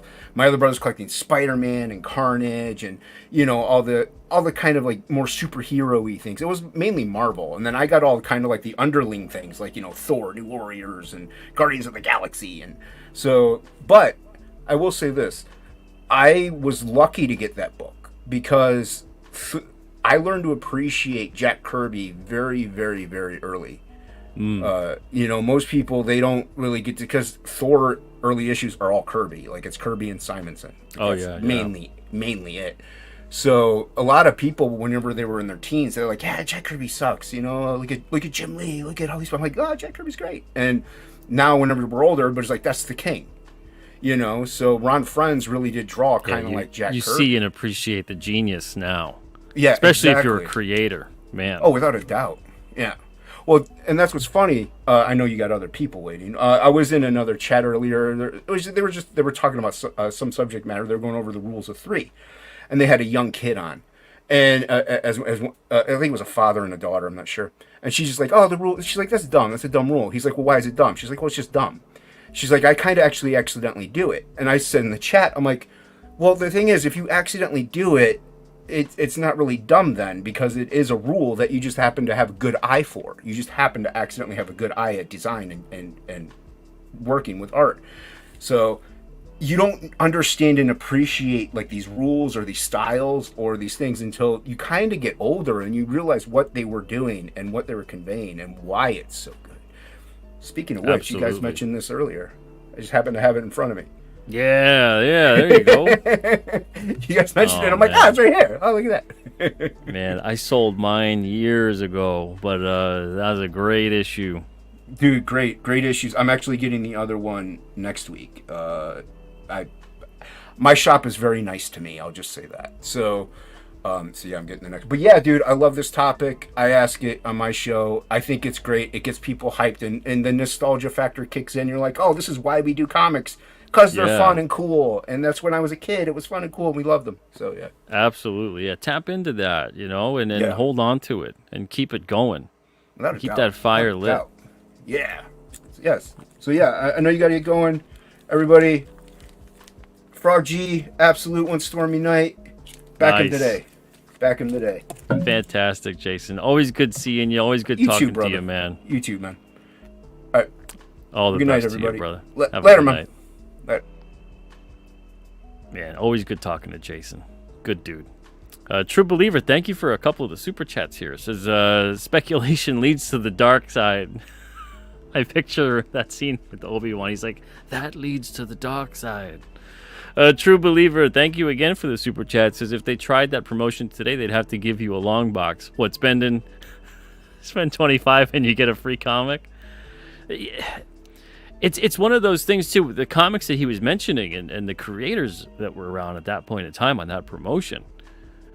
I mean, it's like chicken or the egg. You know, what led to comics doing so well at that point in time? Was it because they were so great? Was it because the promotion was there? Was it both? It was both. But you know, they coincide. They worked so well, and man, you know, so it's great to see. I love, that's why Jason was talking about, I love to have these kinds of conversations, and I ask that question a lot when I have guests on the show too, about getting them into that state of remembering, you know, what made you fall in love with comics? What made you just even want to look at them, let alone make them? So it's always fun having those conversations. Okay, we got somebody else waiting in the wings here. What's up, Ross? How you doing? Oh, hey, it's me. It's you. Okay, so yeah, this topic had me thinking quite a bit, because I was trying to remember what the first comic book I bought was, and I was like, was it, you know, those Maximum Carnage crossovers? Was it something from the 2099? And then I remembered something back when I was a child. The first comic that was important to me. You know, because like I said in chat earlier that, you know, I'd always been reading comics, you know, for as long as literally as I can remember.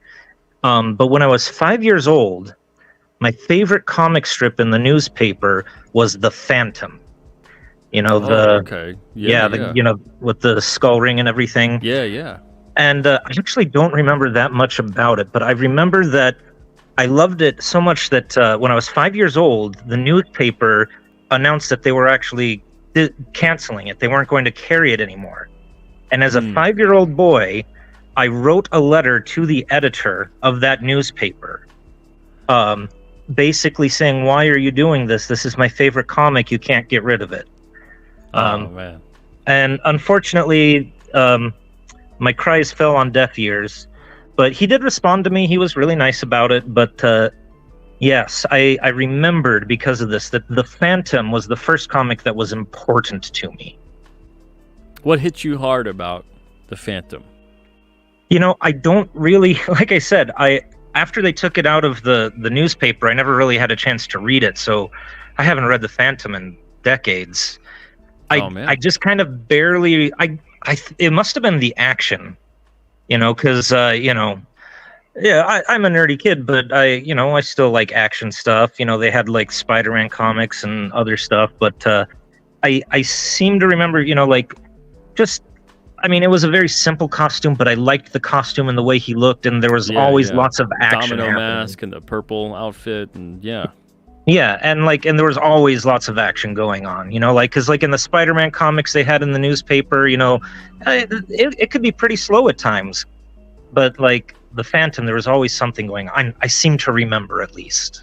Oh yeah, remember that? You ever see that cartoon that had him with like a couple other characters? I forget the name of it. It wasn't like the Defenders of the Earth? Was it? Defenders of the Earth. Yeah. That was good. I saw some of it as an adult, yeah. Not when I was a kid, though. I didn't even know it existed till I was an adult. I saw a couple episodes when I was a kid, and then it just disappeared one day. Probably got canceled or taken off or moved or something. But then, yeah, I think like the whole series is on Tubi or something like that at this point. Yeah, like I actually think I have it on DVD, actually. Oh, it's got a bunch of, you know, classic pulp characters in it as the heroes. Yeah. Defenders of the Earth. I was like, it's not the Defenders, but I swear Defenders is in the title, and there it is. Yeah, 100%. Yeah. But yeah, so that's a good character. Yeah. You know, I also wanted to mention, I remember, like, my dad was probably one of the big things that helped me get into comics, because my dad was the exact opposite of me. He was like the jockiest jock you'd ever meet, but he had a deep nerd streak in him. He loved science fiction movies. Oh, and nice. and he didn't really read comic books as an adult, but he would talk about having read them as a child. And I remember, like, back in the 90s, when like Superman #1 started going at auction for huge numbers, before it was doing millions, but still big numbers. Yeah. He was talking about, man, all these comics are going for so much, and I owned all of them. Because although it was, he said, because when he was a kid, like 10 years old or whatever, like every week, whichever day of the week it was, new comic books would come out. He would ride his bike with his brother down to the drugstore, and with like $5 or something. And he said, comics were 10 cents. And then he'd buy as many as he could, read them all, and then you could turn them in, and they'd buy them back for 5 cents. And so, like, with just like $1, he could read like 30, 40 comic books. And so, Wow. he said that's what he do. So he's like, so yeah, I owned all of those comic books, for about 10 minutes as I read them and turned it back in. Wow, that's incredible. It's a much happier story than my uncle, who owned all of them too, and then my aunt, his older sister, who was about maybe 15 years older than him at the time. She's in her like mid-20s. He was like 10, 12. Threw all of them out on him. Oh man, And yeah. he's like, I had that #1, I had this #1, I had the first appearance of this and that. He probably listed something that in total, and he was a person who took care of them all the time. And and he was like, they were all in perfect condition because I cherished them.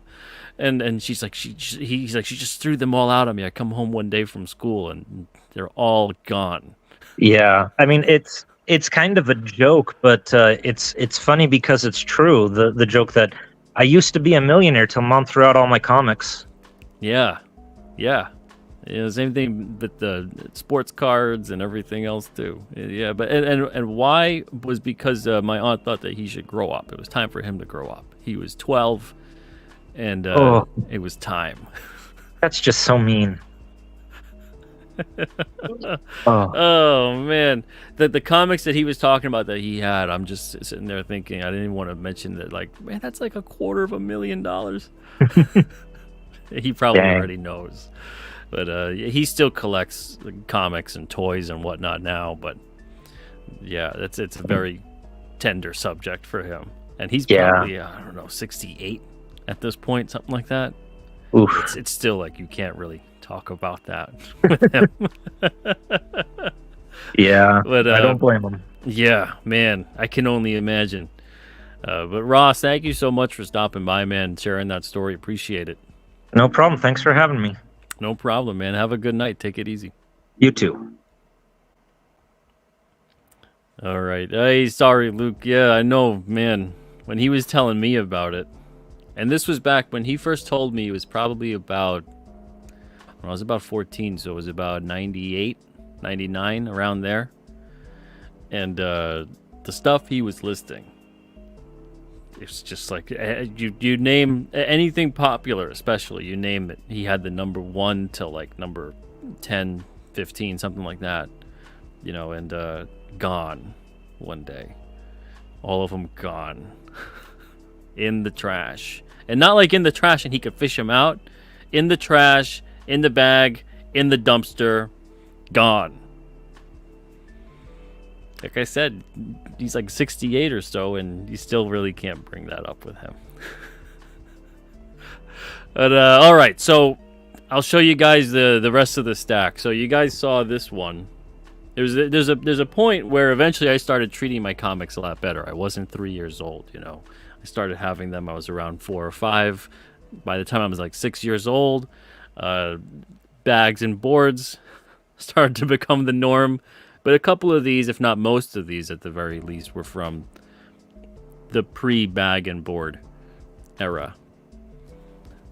So even though I read them, I didn't throw them everywhere. I didn't color in Spider-Man anymore. I don't know if I colored in anything on Spidey here, but I absolutely loved this issue when I was a kid.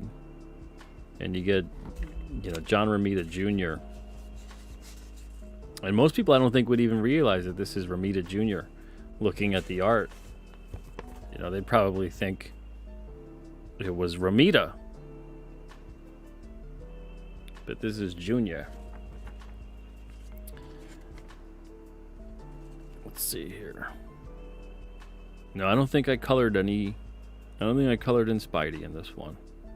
I remember I loved this page where, like, Spider-Man's he's just trying futilely to stop Juggernaut, and he just can't. I thought that was great. Got this comic. This was later on when I had met Spider-Man at Caldor when I was a kid. Was it Eric Larson did the work on this? I don't even know where that. My parents must have that picture. It was like a Polaroid with 5-year-old me and Spider-Man doing like a Spidey pose or something, and it was a great costume. Silverhawks issue from when I was a kid. I should just stop saying from when I was a kid. All these are from when I was a kid. Love the Silverhawks. That was fun. This one, Chuck Norris. Karate Commandos. I think this series only had like 6 episodes or something. But this is issue 2. For some reason, I don't know what I was doing there with Chuck's mustache. My mom was writing my name all over these when I was a kid. Hey, look at that. Look at that. It doesn't get better than the ads, too, from back in the day. Cocoa Pebbles. Visionaries. I loved these guys. Love the toys, too. They all had, like, the holograms and stuff on the chest, and then they had the staff with the holograms. Knights of the Magical Light. This one also. Yeah, the cover has seen better days. But love that comic. Thundercats. Still love the Thundercats. This issue was a lot of fun. You got Chitara down there. What is this, issue 18? Little torn, but that's because it doesn't connect anymore. It's a miracle I even have some of these covers still. G.I. Joe Special Missions number 11. Love this. This is a fun issue as well.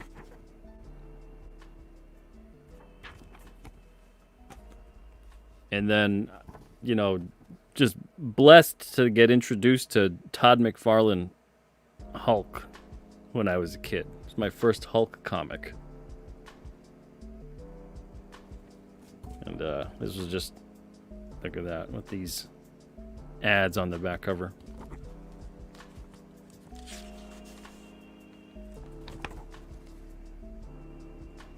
Just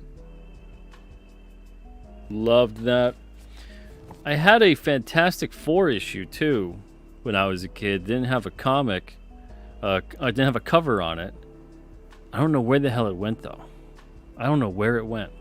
Something else too when I forget who was bringing it up, talking about comics in school. But no, it was Madison. Madison brought it up about the Archie comics that he got. I don't know if this happened for you guys, but we had art classes and you do decoupage or whatever, and my art teacher had a bunch of comics, Batman, Spider-Man, X-Men, all kinds of stuff, Superman, from the 70s, just pages to cut up and turn into decoupage. I don't even want to know what issues met an unfortunate end. This was the Captain America issue I was talking about when I was like, oh, I guess he's a good guy.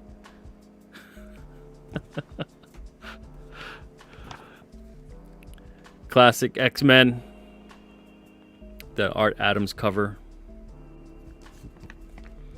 Great reprinting of this issue.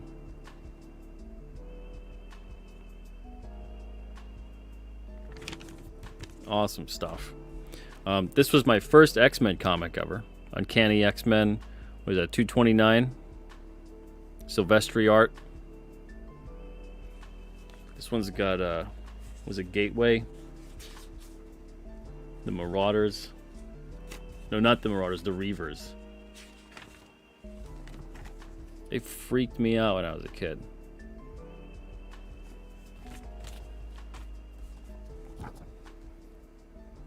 Little RT Bear with Whilce Portacio. 281 X-Men. This is probably like my, maybe my 4th or 5th X-Men comic. This was my 2nd. And then this was, I think, the 4th. I think the 3rd was X-Men #1. But this was a, I bought years later.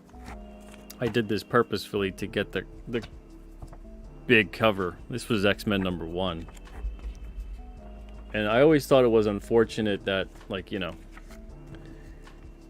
you could do that. You got to kind of finagle it if you wanted to get a poster out of it, because it wasn't going to line up. That was an influential comic, I think, for a lot of people. Got this one as a kid with a bunch of other Dark Horse issues, too. My dad was friends with a barber who I think was getting comics that were returns from the newsstand, because all these comics had tears throughout. But he would bring them home. I don't think he was really, you know, I don't think he knew. He would just get them. But I had these Indiana Jones comics. These are some great covers, too.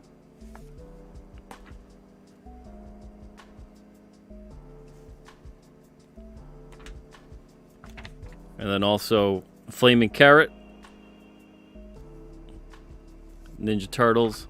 Here's a McFarlane cover, Flaming Carrot, with the Turtles. That's a fun issue. Another Flaming Carrot with the Turtles. And yeah, this is Alex Ross. This was like, I think, his first series, something like that. Terminator Burning Earth. He was Alexander Ross. But here's some more Brave and the Bold. Loved Metamorpho. Metamorpho, a story featuring Metamorpho was on one of the Batman records I had. Hey, look at that. Get yourself a BB gun, kids. Get a Daisy. Another Brave and the Bold with Green Lantern. Loved this issue. This one was a lot of fun. You guys have any of the ones I'm showing? I'm sure a bunch of you guys probably have some of the ones at the very least that I'm showing. This Superman issue was a ton of fun. I've showed this before.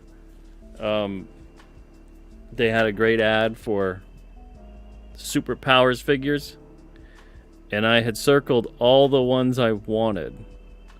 I apparently did not want the Wonder Woman figure. I wanted every single other one. I circled all the rest. Oh boy. World's Finest. This was a lot of fun. Really, really, really good issue. You got Metallo here. Superman's trapped. Batman's in shackles. The other stories were fun too. This is a thicker issue as well. What is it? Not a giant size. No ads. 5 stories. Just solid storytelling. Oh, the days of compressed storytelling. Beautiful. Here's the Detective Comics issue that I was talking about before that I really love. This is number 504. Loved this one. This was interesting too because these comics here, these Batman ones, these were given to me when I was a kid by the next door neighbor. His son he gave me a couple of comic posters, like Punisher posters, this really awesome Art Adams Mutants poster that's basically the cover of what is it? I think it's Marvel Age Annual 3, I think. And then he gave me a bunch of these Batman comics. And I loved that one with the Joker. Just the covers. So much storytelling in the cover. And this one, the back cover has seen better days, that's for sure. But there's a magic act, a magician murdering his assistants. This one, you murdered my husband, Batman. Why? It's like Batman's got a smoking gun. Again, tremendous storytelling just on the cover.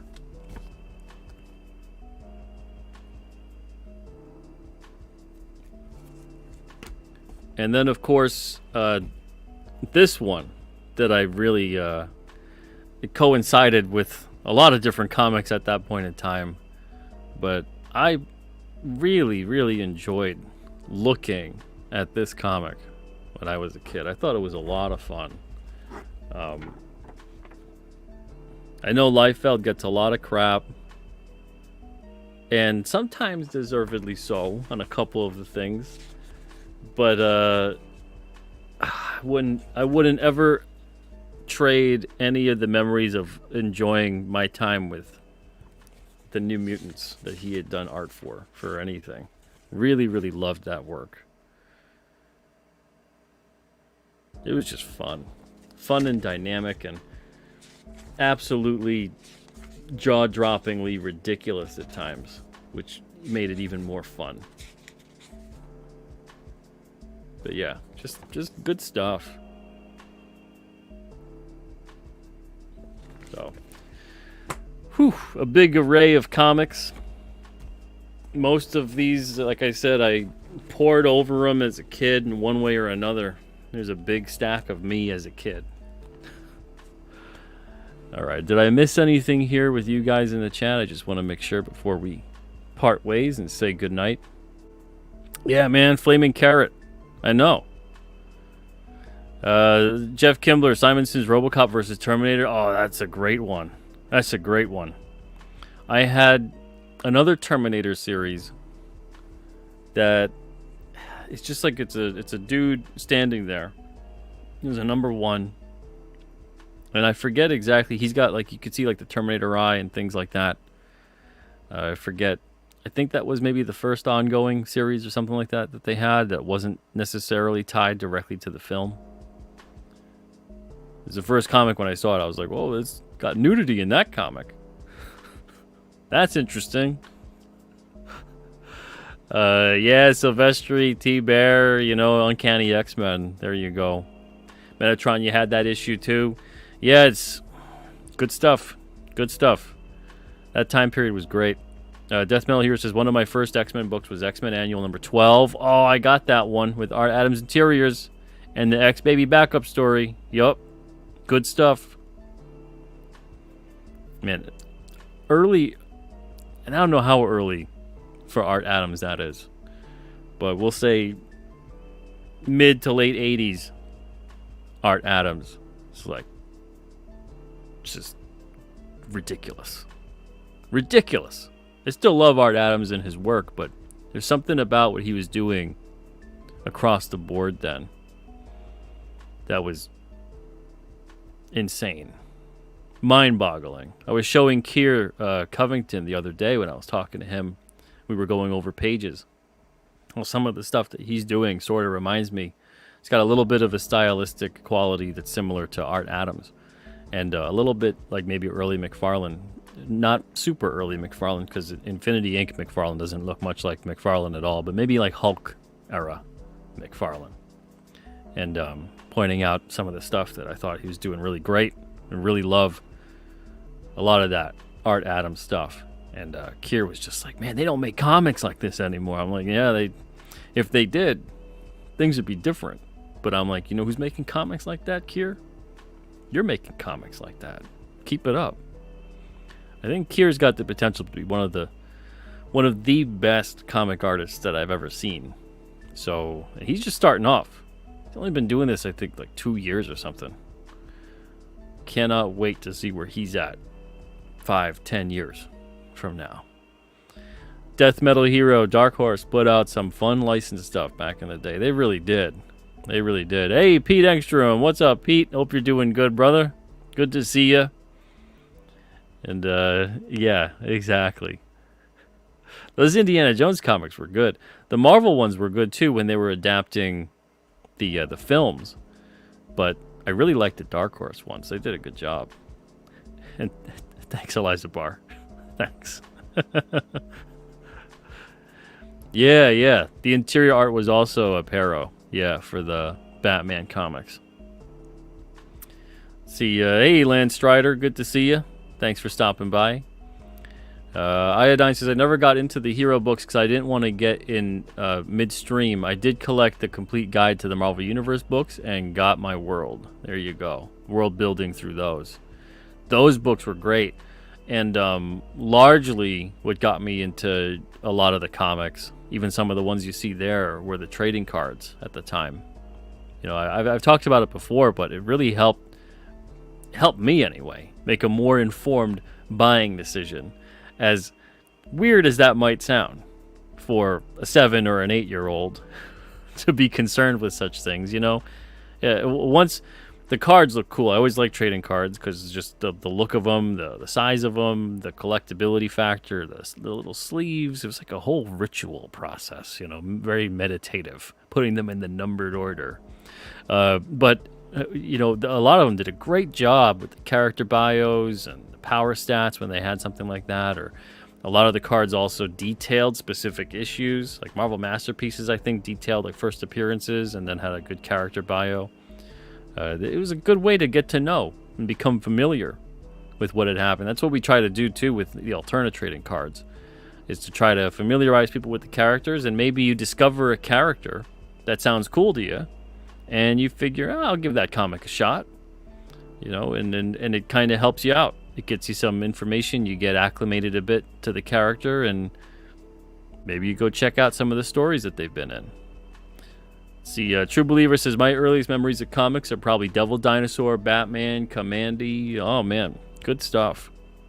Comics for Life says, Art Adams was for me, key to that 90s art style. Oh, big time. Totally. You don't have that whole era without Art Adams and several others setting the pace. Death Metal Hero says mid to late 80s Art Adams is peak Art Adams. I agree, man. Oh, it's nothing like it. It's practically untouchable.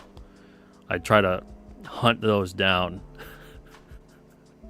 Like I got Order 66 telling me to go get a bunch of Art Adams books. Take them out. Because it speaks to me. That art really just has always spoken to me. Really, really great stuff. And speaking of his art too, and the trading cards, a lot of his art was in those trading card sets in the first 2, and a couple are in the third of the Marvel Universe sets. But all I can picture is like the Art Adams, the Hulk card that he had. He had a great Captain America card in Marvel Universe 2. The Wolverine card was key into my understanding of that's what Wolverine looks like. That's what he's about. The Ghost Rider card was awesome. He had a lot of great ones, especially in Marvel Series 2. He had a lot of really great cards. Let's see here. All right, so I think that's about it. If I missed anybody, I really apologize. Pete Engstrom says, my first comic was a Superman comic I kept in my toy box. Cover was torn off, but I have such vivid memories of it. Man, yeah. That's the good stuff. That's the good stuff. True Believer says, Liefeld was never that bad. Being the worst artist at Image is still pretty good. his New Mutant stuff for me he didn't miss a lot. It was pretty solid. There's a couple shaky panels here and there in X-Force, but even X-Force, when he was doing a lot of the art, was pretty good. Youngblood had a lot of the Image stuff for me anyway. I felt like it had a lot of story problems and stuff that the story didn't maximize what the art could have been. And it is what it is. But the New Mutant stuff, loved it. I mean, he turned that title around. There's no denying it. Let's see here. We got Death Metal Heroes says, make sure to smash that like button, everybody. Yeah, make sure. If you enjoy it, if you enjoy the channel, if you enjoy the show, whatever it may be, give it a thumbs up. If you didn't, give it a thumbs down. Make sure you subscribe. Sometimes YouTube plays a weird game with subscribers. They're up, they're down, they're up, they're down. I can't ever tell anymore if it's legitimate. But make sure you're subscribed. I don't want you, if you're enjoying the channel or anything like that, the interviews, the conversations, the call-in shows, if you're enjoying any of that, make sure you're subscribed. I don't want you guys missing the notifications and whatnot for it. Ravindra says, Liefeld was innovative with his layouts. Yeah, totally. Totally. That's... It literally broke... It broke the panel. It broke the mold. And a lot of those artists at that time, it seemed like they were just pushing each other. How could you see McFarlane, Lee, Portacio, Liefeld? How could you see these guys? If you were one of those guys, how could you see what the other was doing and not have a fire lit on you to try to show them up? That's good stuff. To inspire each other and want to be competitive in that way. That's good. It benefits us, the reader. All right, so that's about it for me. I'm going to be saying good night. This was a little longer than I had said. I said an hour when I started, but I didn't think this was going to hit such a nerve with you guys, and I'm glad that it did. I absolutely appreciate you guys stopping by in the chat, and also for those that came on the show and shared some memories with me. Thank you guys so much for doing that. Really appreciate it. It's a great conversation. It was a fun time chatting with you guys about all this stuff. I hope that, if you're out there feeling down in the dumps about anything, get back in touch with what you really love, what you care about. If you're a creator and you're looking for inspiration, try to hold on to that. Get in that mindset again when you fell in love with this stuff, with comics, with storytelling, with art, creativity, and get into that. Get into that frame of mind when all things were possible, and start creating. All right, guys. Thank you so much for stopping by, everybody. Have a wonderful night, and I'll see you guys soon. I'll be back. Let me see. I'll do a draw stream tomorrow, so I'll be back for about an hour. We'll do a draw stream. Watch, it'll be like 2 hours. The draw streams won't be call-in shows. I can't do that. But I'll be drawing a couple sketch cards. Quick portrait sketches tomorrow. I got a lot to do. I got like a stack this thick, 60-something cards to do for the April campaign. So I got a bunch of those to get done. Every Sunday's gonna do. I'm gonna have a draw stream on here, so I'm gonna do a bunch of those cards, and we'll see how many I can get done in an hour. 5, 8, 10. We'll see. So I'll see you guys then. All the best. I'll be back here 9:30 Eastern tomorrow night. 10 o'clock is kind of pushing it for me to get in the mindset of drawing. So 9:30 Eastern at night tomorrow. Draw stream for about an hour. Hope to see you then. Until then, everybody, take it easy. Have a great night and an even better tomorrow. All the best, guys. Thanks so much. Appreciate it.